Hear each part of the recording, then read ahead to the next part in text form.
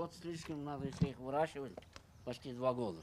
2 теленка, 2 коровы, 1 бычок. Вот что осталось от некогда богатого личного подсобного хозяйства семьи Зариповых. Но и этому фермеры рады. Теперь они одни из немногих в деревне, кто вообще держит скот. У нас в поселке все держали скотину. Вот в каждом дворе была скотина. А нынче вот, дворов, так, 3-4 двора вот в нашем краю осталось. Одна из причин – дорогие корма. Закупать их просто невыгодно, силос и комбикорм не окупаются. Но Зариповым повезло. 5 лет назад они получили паевые земли и теперь все выращивают сами. 30 из 50 гектаров занимают посевные поля, 20 – пахота. Сено как поспело. Но он под дождь попал. Так-то сено нормально пойдет. Так созрело уже. По словам фермеров, если не свое сено, то живность просто бы не прокормили. Да и то, из-за жаркого лета его меньше, чем хотелось.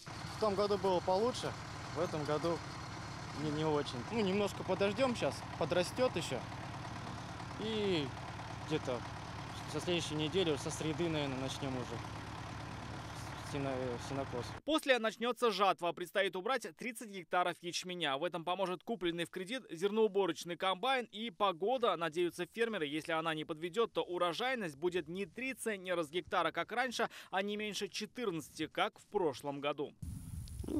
Я думаю, получше будет, чем в прошлом году. Но я рад буду в этом году. Если позволит погода осенью убрать урожай, я буду доволен этой работой. И не пожалею нисколько, что я работал. Девиз Зариповых «Будет день, будет и пища». Они уверены, настоящим фермерам не страшны никакие погодные изменения. Рамиль Шайдуллин, Гульдар Хафизова, Алексей Абашидзе, Денис Смоленцев, ТНВ, Челябинская область.